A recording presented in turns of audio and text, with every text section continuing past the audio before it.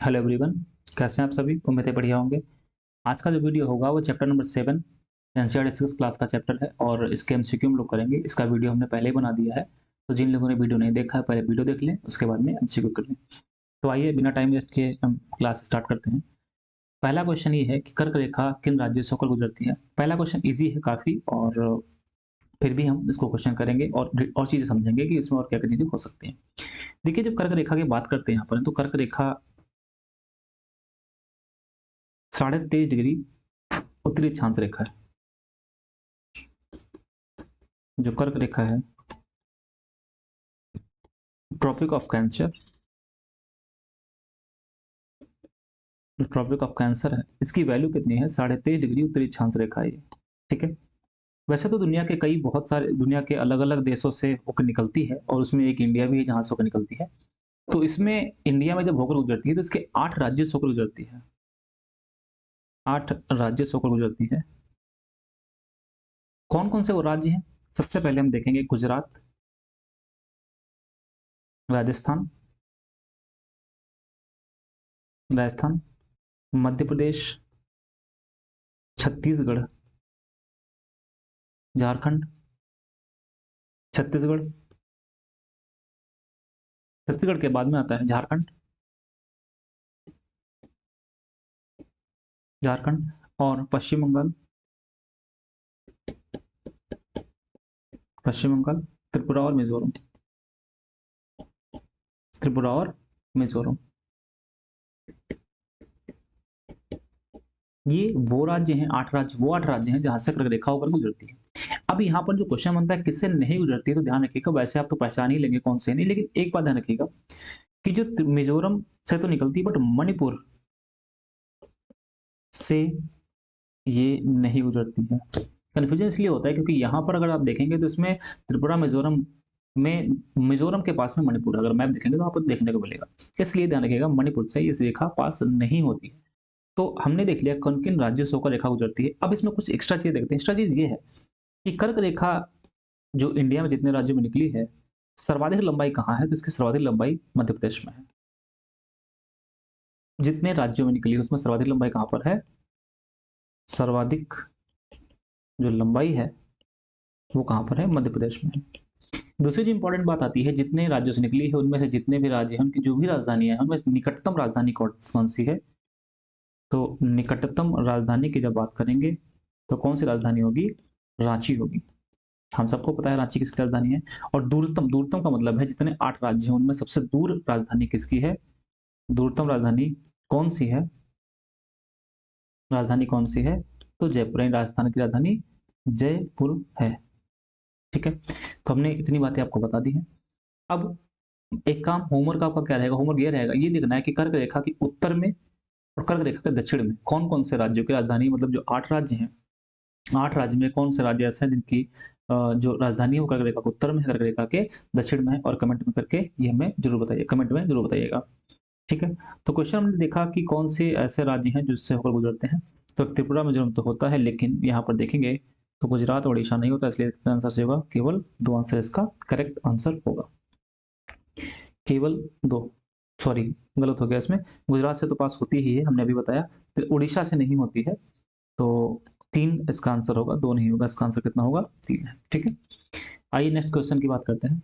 अगला क्वेश्चन है, विंध्यन एवं सतपुड़ा पर्वत के बीच कौन सी नदी बहती है? तो सबसे पहले हम एक इसका स्ट्रक्चर समझते हैं क्या है। देखिए, तो स्ट्रक्चर की जब बात करेंगे आप, तो यहाँ पर आप देखने को मिलेगा सबसे ऊपर यहाँ पर विंध्यन माउंटेन है।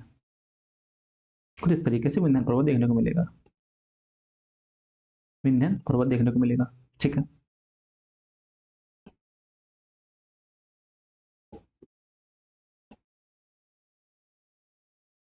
यहाँ पर विंध्यन पर्वत देखने को आपको मिलेगा।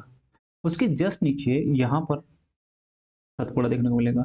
मैप, अब मैप जरूर रखिएगा साथ में, सतपुड़ा है। फिर यहाँ पर एक पहाड़ी है और एक यहाँ पर पहाड़ी है। ठीक। ये विंध्यन ऊपर ये कौन सी है? तो विंध्यन पर्वत है, या विंध्याचल भी बोलते हैं इसको, विंध्याचल भी बोलते हैं। ये सतपुड़ा है यहाँ पर, और इधर कौन सी है? तो मैकाल, मैकाले पर्वत रेंज यहाँ पर है, ठीक है। इसी में एक चोटी है, यहाँ पर एक चोटी, इसको बोलते हैं अमरकंटक। इसका क्या नाम है यहाँ पर? अमरकंटक, अमरकंटक है। तो अच्छा, ये दोनों जो विंध्यान और सतपुड़ा दोनों मुख्य रूप से मध्य प्रदेश में है। यहाँ पर आप देखेंगे तो रिवर बहती है, नदी बहती है यहाँ पर, जो बह करके इधर पश्चिम में जाती है यहाँ पर ऐसे। यहाँ पर देखेंगे तो रिवर बहती हुई निकल करके जाती नजर आएगी यहाँ पर। तो इसका नाम है नर्मदा। नदी कौन सी है? तो नदी का नाम है नर्मदा। ये नर्मदा नदी है।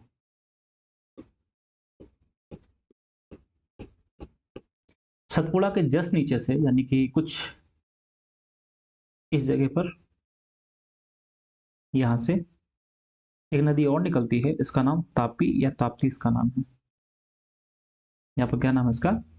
तापी या ताप्ती। ये तापी नदी है। तो हम ये देख सकते हैं कि ये दोनों पश्चिम की ओर जा रही हैं, ठीक है, यानी कि अरब सागर में जाकर के अपना मुहाना बनाती हैं, अरब सागर में अपना मुहाना बनाती हैं। तो यहाँ पर एक क्वेश्चन बनता है कि नर्मदा और ताप्ती जो है पूरब की ओर क्यों नहीं बहती हैं, पश्चिम की ओर क्यों जाती हैं? तो इसका जो रीजन है बड़ा साफ सा है कि ये जो नदियां हैं ये भ्रंश घाटी में बहती हैं,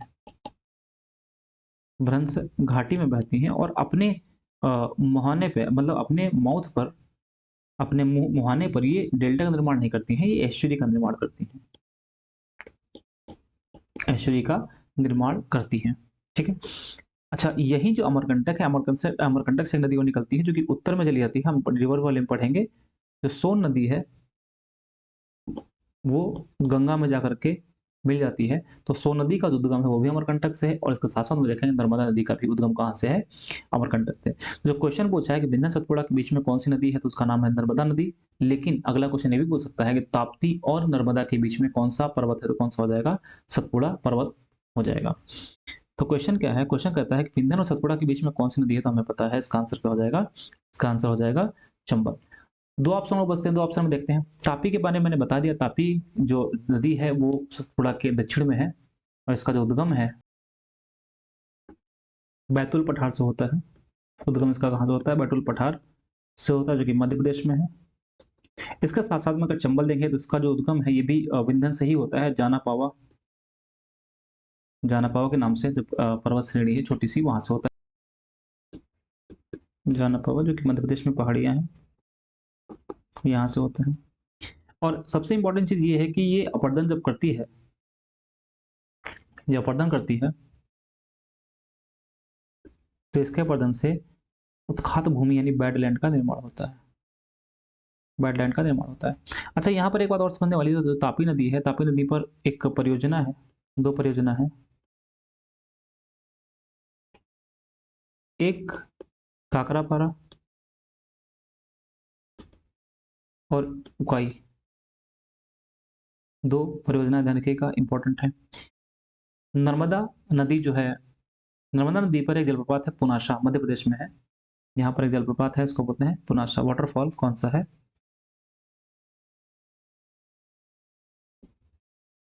वाटरफॉल कौन सा है? पुनासा, जो कि मध्य प्रदेश में है। सोन के बारे में मैंने बता दिया, जो सोन नदी है वो इसका उद्गम अमरकंटक से होता है, और ये नदी है, ये गंगा की सहायक नदी है, गंगा की सहायक नदी है। इसके साथ में चंबल भी दे रखी है, चंबल भी यमुना की सहायक है, यमुना की सहायक है, ठीक है। तो इसमें हमने देख लिया इसका आंसर क्या होगा, बी। बाकी हमने और भी चीजें देख ली इसमें, तो आंसर बी होगा। नेक्स्ट बात करते हैं, अजंता पहाड़ियां, बालाघाट, बालाघाट पर्वत सतपुड़ा कहाँ पर है? तो इसको ज्यादा बेटर है आप मैप पर देखें, वहां से आपको और अच्छे समझ में आ जाएगा कि सबसे पहले कौन सी पड़ती है। सबसे पहले सतपुड़ा पड़ती है, फिर अजंता पहाड़ियां पड़ती हैं, और उसके बाद पड़ता है बालाघाट।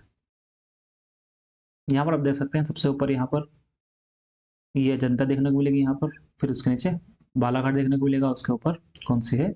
ये है सतपुड़ा, ठीक है।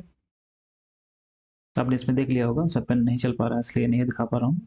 ये बालाघाट यहाँ पर देखा होगा आपने, ये बालाघाट यहाँ पे है, बालाघाट, उसके बाद अजंता है, उसके ऊपर कौन सी है, सतपुड़ा ये है, उसके नीचे महादेव।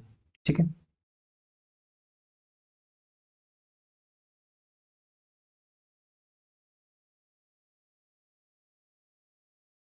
तो इसका आंसर क्या होगा, इसका आंसर 312 हो जाएगा। मतलब कि सबसे ऊपर कौन सी होगी, सबसे ऊपर तो विंध्यन है,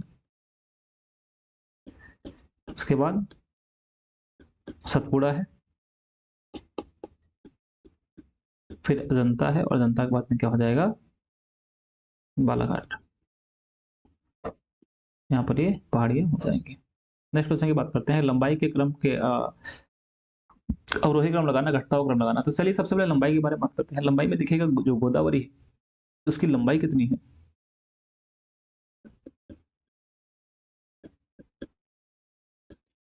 1465 किलोमीटर है। कृष्णा की लंबाई कितनी है, 1402 किलोमीटर है। सबसे ऊपर गंगा को लिख लेते हैं, गंगा की लंबाई कितनी है, 2525 किलोमीटर के आसपास में है। उसके बाद कावेरी की लंबाई कितनी है, कावेरी लंबाई कितनी है, 800 किलोमीटर। महानदी की लंबाई कितनी है, 851 किलोमीटर। गोदावरी की लंबाई कितनी है, सॉरी गोदावरी लिख लिया हमने, नर्मदा की लंबाई कितनी है, नर्मदा की लंबाई और तापी की लंबाई। देखिए जो नर्मदा की लंबाई है वो 1312 किलोमीटर, और इसकी लंबाई 724 किलोमीटर। तो हमने क्रम घटते क्रम के आधार पर में लिख दिया है। अब इसमें हम देख लेते हैं किसकी किसकी बात की जा रही है। तो यहाँ पर जिसकी बात की जा रही है उसका नाम क्या है, गोदावरी की 1465 होगी, 1465 होगी। महानदी की 851 होगी, नर्मदा की 1312 होगी, और तापी की कितनी है, 724। तो सबसे आखिरी में तापी होगा, तो उसके सबसे पहले गोदावरी होगा, फिर नर्मदा होगा, फिर महानदी का, फिर तापी होगा। इसलिए इसका आंसर क्या हो जाएगा, आंसर बी हो जाएगा। ठीक है, गोदावरी का उद्गम कहाँ से हो रहा है, तो सबको पता है गोदावरी उद्गम कहाँ से हो रहा है, त्र्यंबकेश्वर से, त्र्यंबकेश्वर से हो रहा है। नर्मदा के बारे में हमने बता दिया। महानदी का छत्तीसगढ़ से होता है, महानदी का उद्गम कहाँ से हो रहा है, तो ये छत्तीसगढ़ से इसका उद्गम हो रहा है। ठीक है, और तापी के बारे में भी मैंने बता दिया कि तापी का उद्गम कहाँ से हो रहा है, तो तापी का उद्गम भी बैतूल पठार से हो रहा है, जो कि मध्य प्रदेश में है, यहाँ से इसका उद्गम होता है। ठीक है, तो इसलिए इसका आंसर क्या होगा, बी इसका राइट आंसर हो जाएगा। अगले क्वेश्चन की बात करते हैं, प्रायद्वीपीय नदियां भारत के पश्चिम की ओर बहने वाली प्रायद्वीपीय भारत की पश्चिम की ओर बहने वाली नदियों के डेल्टा नहीं बनाती हैं। स्टेटमेंट सही है। फिर ये कहता है कारण कथन दोनों है। दूसरा कथन क्या कहता है, पश्चिम की ओर बहने वाली नदियां अपने साथ जलोढ़ अवसाद नहीं लाती हैं। ये भी सही है, और ये व्याख्या भी कर रहा। अब समझिएगा यहाँ पर एक बात कि जो मैंने बताया कि जो दो नदियां जिसमें नर्मदा और तापी आती हैं, ये पश्चिम की ओर बहती है। किधर बहती हैं, पश्चिम की ओर बहती हैं। क्यों ऐसा, तो हमने बताया इसके पीछे रीजन क्या है। इसके पीछे जो रीजन है वो रीजन ये है कि ये भ्रंश घाटी में बहती है, पहली बात। अब भ्रंश घाटी में बहती तो इसका मतलब क्या है, इनका जो जल की स्पीड है वो तेज है। स्पीड क्या है, तेज है। जब तेज स्पीड है तो जो भी अवसाद है, या तो मतलब कि अपर्दन भी ज्यादा नहीं कर पाती है, और जो अपर्दन होता भी है वो साथ में बह जाता है, और नदी में जाकर के जो ओशन मतलब सागर है, महासागर है, जहाँ भी इनकांत होता है वहां पे जाकर के वो सब जो उनका अवसाद है वो ले जा करके वहां पर गिरा देती है। तो इसलिए जो अवसाद होता है वो उनके मुहाने पर रुक ही नहीं पाता है। इसलिए इसका कथन भी सही है, कार्ड भी सही है, और व्याख्या भी कर रहा है। क्वेश्चन ये ऑप्शन सही है सर। अगले क्वेश्चन नंबर 6 की बात करते हैं, प्रायद्वीपीय पठार के बारे में। प्रायद्वीपीय पठार यह पठार त्रिभुजाकार आकृति का है, सही है ये। और इसके उत्तर पश्चिम में अरावली नदी है, कोयला व लौह वज्र मात्रा उपलब्ध है। हमने भी आपको पूछता है कौन सा सत्य है, तीनों सही है। हमने आपको बताया कि पठार होते हैं, जो व्यक्ति होते हैं, वो किस लिए वो किस लिए जाने जाते हैं। जैसे इसमें हम अगर बात करें क्या क्या मिलता है, तो हमको पता है, हमने आपको बताया भी था इसमें जो कि जो खनिज है वो पाया जाता है, जैसे लोहा, बॉक्साइट, कोयला, ये सब। और भारत का अगर पठार देखेंगे प्रायद्वीपीय जो पठार है उसको अगर देखेंगे तो उसका कुछ स्ट्रक्चर इस तरीके से बना हुआ है, यहाँ पर ऐसे इस तरीके से, और यहाँ पर अरावली पर्वत है। तो इंडिया में जो पठार है, इस पठार को अगर देखेंगे तो कुछ इस तरीके से बना हुआ है।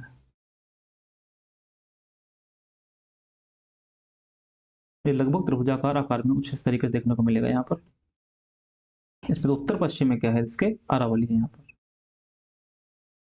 अरावली। और अरावली के बारे में आपने पढ़ा होगा चैप्टर में, अरावली के बारे में क्या है कि जो अरावली है ये सबसे पुराने वलित पर्वतों में से एक है, सबसे पुराने वलित पर्वतों में एक है। भारत का सबसे पुराना तो है। वर्तमान में कैसा है, अवशिष्ट पर्वत है। वर्तमान में कैसा है, तो ये अवशिष्ट पर्वत है। तो ये जो है ये दक्कन का ये पूरा प्रायद्वीपीय पठार है। अच्छा, प्रायद्वीप क्या होता है इसको भी समझ लीजिएगा यहाँ पर। प्रायद्वीप क्या होता है, ऐसी स्थल भूमि, ऐसी स्थल भूमि जो तीन तरफ से जल से घिरी हो और एक तरफ से स्थल से घिरी हो। जो तीन तरफ से जल से घिरी, एक तरफ से स्थल से घिरी हो, उसको बोलते हैं प्रायद्वीप। तो यहाँ पर देखेंगे अरब सागर मिलेगा, यहाँ पर हिंद महासागर, और यहाँ पर बंगाल की खाड़ी। तो इंडिया क्योंकि तीन तरफ से जल से घिरा हुआ, साउथ इंडिया तीन तरफ से जल से घिरा हुआ है, तो इसलिए, और एक तरफ से जमीन से घिरा हुआ है, स्थल से घिरा हुआ है, इसलिए इसको क्या बोलेंगे, प्रायद्वीप। तो इसलिए इसके आंसर, इसके ऑप्शन कैसे होंगे, तीनों यहाँ पर सही होंगे। नेक्स्ट क्वेश्चन की बात करते हैं कि भारत की मुख्य भूमि का विस्तार दक्षिण से उत्तर की ओर 8 डिग्री 4 मिनट, उत्तर से 36 डिग्री 6 मिनट उत्तर के मध्य में है, पहला स्टेटमेंट। दूसरा स्टेटमेंट क्या है, भारत का पश्चिम से पूर्व की ओर देशांतरी जो विस्तार है वो कहाँ से, 68 डिग्री से लेकर के 97 डिग्री और 25 मिनट के पूरब के बीच में। तो इसको आइए हम मैप पर से समझते हैं कि इसमें क्या क्या चीजें हो सकती हैं। इसमें देखते हैं हम लोग, यहाँ पर आपको मैप दिखाई दे रहा होगा। तो अगर हम इंडिया के अक्षांश की बात करते हैं, यहाँ से शुरुआत होती है अक्षांश की, इस जगह से,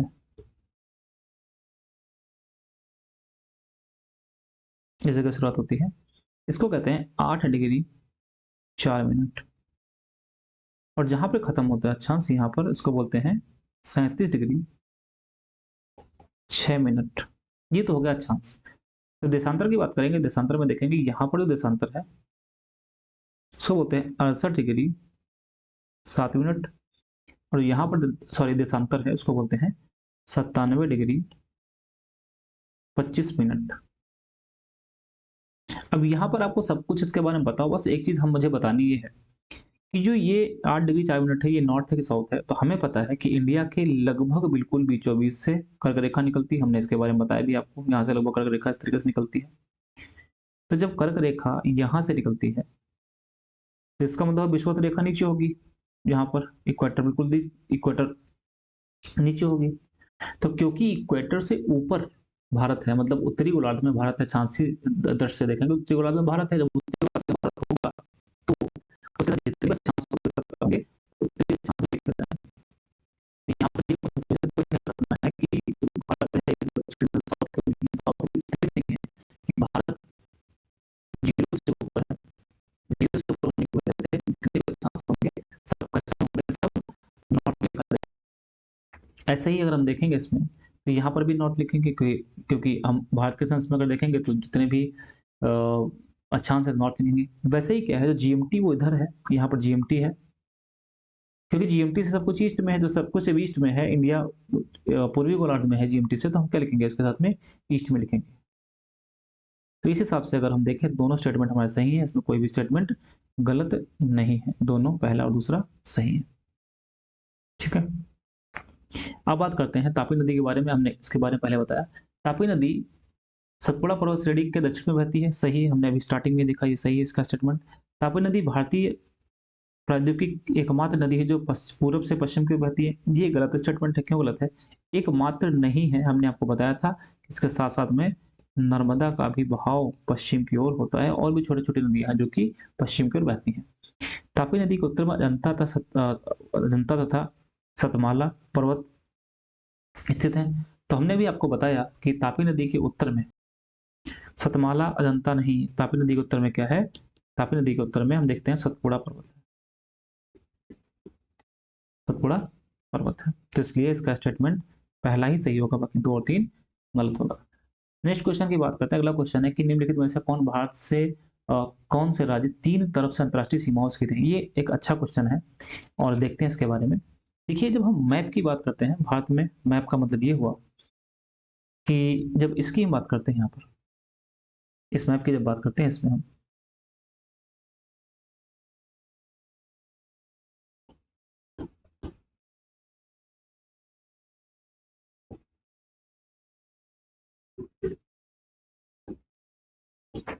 यहाँ पर जब हम इसकी बात करते हैं तो अगर हम इसमें बात करें, मैप दिखाई दे रहा है, तो ये जो लाइन है इधर, यहाँ वाली,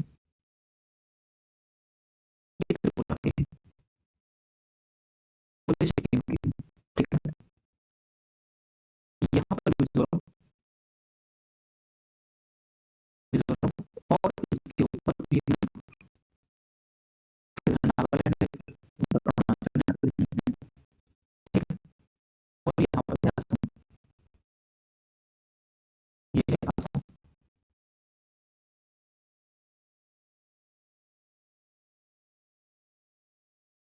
ये है असम, ये नीचे। इसके बाद देखेंगे यहाँ पर कि भारत के जो पड़ोसी देश हैं, कितने पड़ोसी देश हैं? 7 पड़ोसी देश यहाँ पर हैं। यहाँ पर चीन है, फिर यहाँ पर देखेंगे नेपाल मिलेगा देखने को, ये नेपाल है, और फिर इधर है भूटान,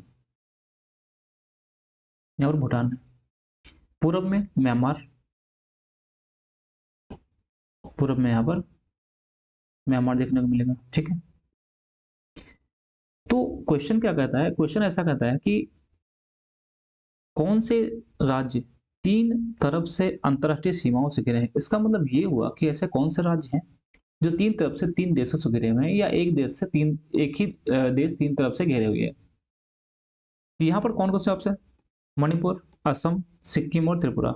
अब अगर हम सिक्किम की, जो अगर हम सिक्किम इसकी असम की बात करें, तो असम अगर देखें आप यहाँ पर, तो असम की सीमा जो है वो बांग्लादेश से लगती है, और बांग्लादेश की 2 बार लगती है। यहाँ पर देखिए, एक बार यहाँ पर और दूसरी यहाँ पर। तो ये तो 3 तरफ से नहीं घिरा हुआ, एक ही तरफ, एक ही तरफ से बाउंड्री लगती है, तो ये ऑप्शन नहीं होगा, मतलब कि इसमें असम ऑप्शन नहीं होगा। मणिपुर की बात करते हैं, तो मणिपुर मैंने बताया कि ये त्रिपुरा है, यहाँ पर ये त्रिपुरा है, और त्रिपुरा के साथ अगर देखें तो ये मिजोरम है यहाँ पर, और ये है मणिपुर, मणिपुर। तो एक चीज अगर आप मैप में देख रहे हो, तो मणिपुर की जो बाउंड्री है वो म्यांमार से लगती है, मतलब एक ही तरफ से लगती है। उसके नीचे यहाँ पर मिजोरम मिलेगा, उसके ऊपर ऊपर नागालैंड मिलेगा। तो ये भी इसमें ऑप्शन सही नहीं है। क्यों? क्योंकि 3 तरफ से नहीं, इसकी बाउंड्री एक ही तरफ से म्यांमार से टच होती है, म्यांमार से स्पर्श करती है, तो ये भी इसका ऑप्शन नहीं होगा।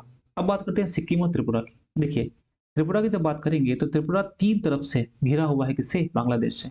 यहाँ पर अगर देखें, ये बांग्लादेश है, ये बांग्लादेश देखने को मिलेगा, ये बांग्लादेश है, और ये इधर भी बांग्लादेश ही यहाँ पर है ये। तो त्रिपुरा 3 तरफ से बांग्लादेश से घिरा हुआ है, तो इसकी अंतर्राष्ट्रीय जो बाउंड्री है वो 3 तरफ से घिरी हुई, किससे? बांग्लादेश से। दूसरा सिक्किम है। जब सिक्किम की बात करें तो सिक्किम भी 3 तरफ से घिरा हुआ है। एक तरफ से नेपाल से घिरा हुआ है, दूसरा भूटान से घिरा हुआ है, फिर वहां से ऊपर तिब्बत से, चाइना से, तो 3 तरफ से भी घिरा हुआ है। तो क्वेश्चन के हिसाब से इसका आंसर क्या हो जाएगा? पहला प्रश्न तो बिल्कुल नहीं होगा, तो आंसर क्या हो जाएगा? 3 और 4 इसका करेक्ट, ठीक है, 3 4 हो जाएगा। अगले क्वेश्चन की बात करते हैं। अगला क्वेश्चन है कि हिमालय पर्वत को 3 समानांतर, मुख्य समानांतर श्रृंखलाओं में बांटा गया, उत्तर से दक्षिण क्रम लगाइए। तो जब उत्तर से दक्षिण की बात आएगी तो हम पूरा मैप यहाँ पे बना देते हैं, आपको उत्तर दक्षिण में कभी दिक्कत नहीं आएगी। देखिए, हिमालय के बारे में आपने पढ़ा होगा, एक ट्रांस हिमालय है, एक मुख्य हिमालय है। तो ट्रांस हिमालय में जब हम बात करेंगे तो सबसे पहले क्या आता है, सबसे पहले ऊपर आता है काराकोरम। काराकोरम, उसके बाद आता है लद्दाख, और फिर आता है जास्कर। ये तीनों हो गए, ये तीनों अगर देखेंगे तो किसके हो गए भाग, ये हो गए ट्रांस हिमालय के भाग, ट्रांस हिमालय के भाग हो गए। ठीक है, अब इसके बाद अगर बात करते हैं तो उसके बाद में शुरू होता है ग्रेट हिमालय यानी महान हिमालय, जिसको हिमाद्री भी बोलते हैं, महान हिमालय। उसके बाद आता है मध्य हिमालय, जिसको हिमाचल हिमालय बोलते हैं।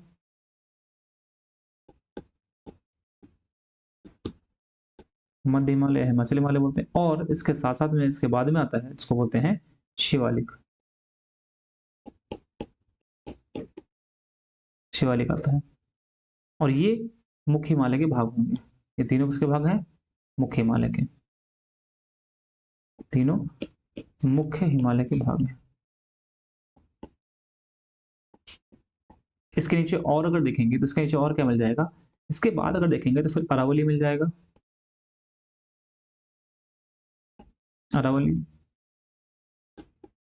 राजस्थान में है। अरावली के बाद विंध्यन, सतपुड़ा, सतपुड़ा के बाद नीचे कौन सा हो जाएगा, फिर नीलगिरी,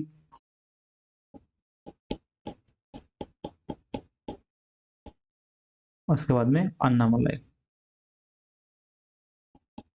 अन्नामलाई। तो अगर आप मैप देखेंगे तो हमने आपको यहाँ पे बता दिया उत्तर से दक्षिण पूरा क्रम, मैंने आपको यहाँ पे पूरा पूरा क्रम समझा दिया है, कुछ पेज में छूटा हुआ, मुख्य मुख्य से जो पर्वत हैं वो कुछ भी छूटे हुए नहीं है। ये उत्तर से दक्षिण क्रम है, नॉर्थ से साउथ का यहाँ पर क्रम देखने को आप एक बार मैप में जरूर देखिएगा, ताकि आपको ये चीज क्लियर हो जाए। तो इसमें जो क्रम पूछ रहा है वो किस कौन सा होगा, सबसे पहले ग्रेट हिमालय होगा, फिर मिडिल हिमालय होगा, और उसके बाद में शिवालिक होगा। इसका ऑप्शन डी राइट ऑप्शन होगा। अगले क्वेश्चन की बात करते हैं, नीचे दी गई नदियों के नाम ध्यान से देखिए, अब फिर बताइए कौन से डेल्टा का निर्माण करती हैं। डेल्टा हमने बताया था, डेल्टा वो होता है, डेल्टा क्या होता है पहले इसको समझते हैं। देखिए डेल्टा क्या होता है, जब नदियां, जब नदियां अपने मुहाने पर, मुहाने पर अवसाद का जमाव करती हैं, मतलब कि सेडिमेंट्स का जमाव करती हैं, जमाव करती हैं, तो ही डेल्टा का निर्माण होता है। जैसे एग्जाम्पल में देखेंगे तो एग्जाम्पल में क्या हो जाएगा, दुनिया की जितनी बड़ी बड़ी नदियां हैं, जैसे एग्जाम्पल में गंगा हो गया, ब्रह्मपुत्र हो गया, इंडस हो गया, अमेजोन होगी, दुनिया की कोई भी नदी लेंगे वो यहाँ पर मुहाना बनाती है। जैसे इंडिया में गोदावरी हो गई, कृष्णा हो गई, गंगा हो गई, ये सब आदि जो अपना डेल्टा का निर्माण करती हैं। तो कौन कौन सी डेल्टा का निर्माण करती हैं, तो इसमें जितनी भी नदियां हैं, गोदावरी, कृष्णा, महानदी, कावेरी, सब की सब किसका निर्माण करती हैं, गोदावरी, चारों निर्माण क्या करती हैं, इसका चारों क्या करती हैं, डेल्टा का निर्माण यहाँ पर करती हैं। ठीक है, अब एक बात और समझने वाली ये है, अगर हम आपसे मैं बात करूं कि महानदी का उद्गम कहाँ से होता है, तुमने इसको फिर अभी पहले क्वेश्चन बताया था, गोदावरी का उद्गम कहाँ से होता है, कृष्णा नदी का उद्गम कहाँ से होता है, तो महाबलेश्वर से होता है, और कावेरी का उद्गम कहाँ से होता है, ब्रह्मगिरी पहाड़ी से होता है, जो कि पश्चिम कर्नाटक में, महाराष्ट्र से इसका उद्गम होता है, इसका कर्नाटक से उद्गम होता है। ठीक है, तो इसके लिए आंसर क्या होगा, डी आंसर होगा। सुंदरबन डेल्टा के बारे में कौन सा कथन सत्य है, देखिए अगर हम बात करें डेल्टा की, तो डेल्टा का मतलब होता है त्रिभुजाकार। अभी मैंने बताया कि डेल्टा बनता कैसे है, तो त्रिभुजाकार होता है, त्रिभुजाकार। और ये जो डेल्टा है सुंदरबन, सुंदरबन का मतलब समझ लीजिए यहाँ पर पहले क्या है, गंगा और ब्रह्मपुत्रा जो नदी है, ये दोनों नदियां अपना मुहाना बंगाल की खाड़ी में बनाती हैं। बंगाल की खाड़ी में अपना मुहाना बनाते हैं। तो जब मुहाना बनाती है तो उसको डेल्टा बोलते हैं। अब क्योंकि इसी में मैंग्रोव वन पाए जाते हैं, और इन्हीं मैंग्रोव वन में एक जो वनस्पति है उसका नाम है सुंदरी वृक्ष है, वो सुंदरी वृक्ष है। उसकी वजह से ये जो गंगा ब्रह्मपुत्र का डेल्टा है, इसको सुंदरबन डेल्टा बोलते हैं। क्यों सुंदरबन बोलते हैं आपको समझ में आ गया होगा, इसलिए क्योंकि यहाँ पर सुंदरी वृक्ष पाया जाता है, इसलिए इसको सुंदरबन डेल्टा बोलते हैं। दूसरी बात यह है कि जो सुंदरबन डेल्टा है, यहीं पर रॉयल बंगाल टाइगर रहता है। रॉयल बंगाल टाइगर भी पाया जाता है, भी पाया जाता है। तो इसके लिए दोनों आंसर सही होंगे, एक और दो दोनों सही होंगे। नेक्स्ट क्वेश्चन की बात करते हैं। तो इसमें इतने ही क्वेश्चन है, नेक्स्ट क्वेश्चन ही 12 क्वेश्चन है। तो कैसा लगा वीडियो जरूर बताइएगा। अगला वीडियो जो होगा वो अगले चैप्टर का होगा, एमसीक्यू का होगा। तो वीडियो देखते रहिए, अच्छा लगे तो कमेंट जरूर करिए। मिलते हैं अगले वीडियो में, बहुत बहुत धन्यवाद।